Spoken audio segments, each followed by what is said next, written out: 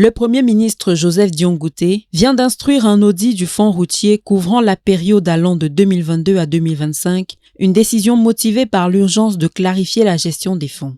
Le fonds routier, mécanisme clé pour l'entretien du réseau, gère des montants considérables, représentant potentiellement plus de 150 milliards de francs CFA sur les 4 ans, dont 47,78 milliards prévus pour l'exercice 2025. Cette investigation est cruciale face à des constats alarmants. Elle vise la lutte contre la corruption, s'assurant que les fonds, dont les 150,222 milliards de francs CFA décaissés pour les communes en 2022, servent leur but. La dégradation du réseau, avec seulement 52% jugés acceptables et les surcoûts documentés, atteignant parfois 13 milliards de francs CFA, sont au cœur de l'examen. Sur le plan administratif, une action immédiate a d'ailleurs été prise. Le secrétaire général des services du Premier ministre a sommé l'administrateur de mettre un terme sans délai au processus de recrutement de tout nouveau personnel, en attendant la nomination de nouveaux dirigeants. Cette mesure met en lumière la crise de gouvernance au sein de l'institution. En cas de détournement supérieur à 50 millions de francs CFA, l'issue pénale sera la traduction des responsables devant le tribunal criminel spécial, juridiction disposant de pouvoirs étendus pour juger la grande corruption et récupérer les fonds. Les audits précédents ont certes mené à des sanctions administratives et pénalités, mais leur efficacité a été limitée. L'instruction du Premier ministre et le gel des recrutements signalent une volonté d'assainissement et une volonté de rompre avec l'opacité passée et d'assurer une gestion plus transparente. Toutefois, l'espoir est immense que cet audit dévoile pleinement ses conclusions, car l'histoire récente est marquée par de nombreux audits qui sont restés lettres mortes. La publication effective et complète des conclusions de celui-ci sera à n'en point douter l'étape cruciale et la condition sine qua non pour restaurer la confiance dans la gestion du fonds routier camerounais.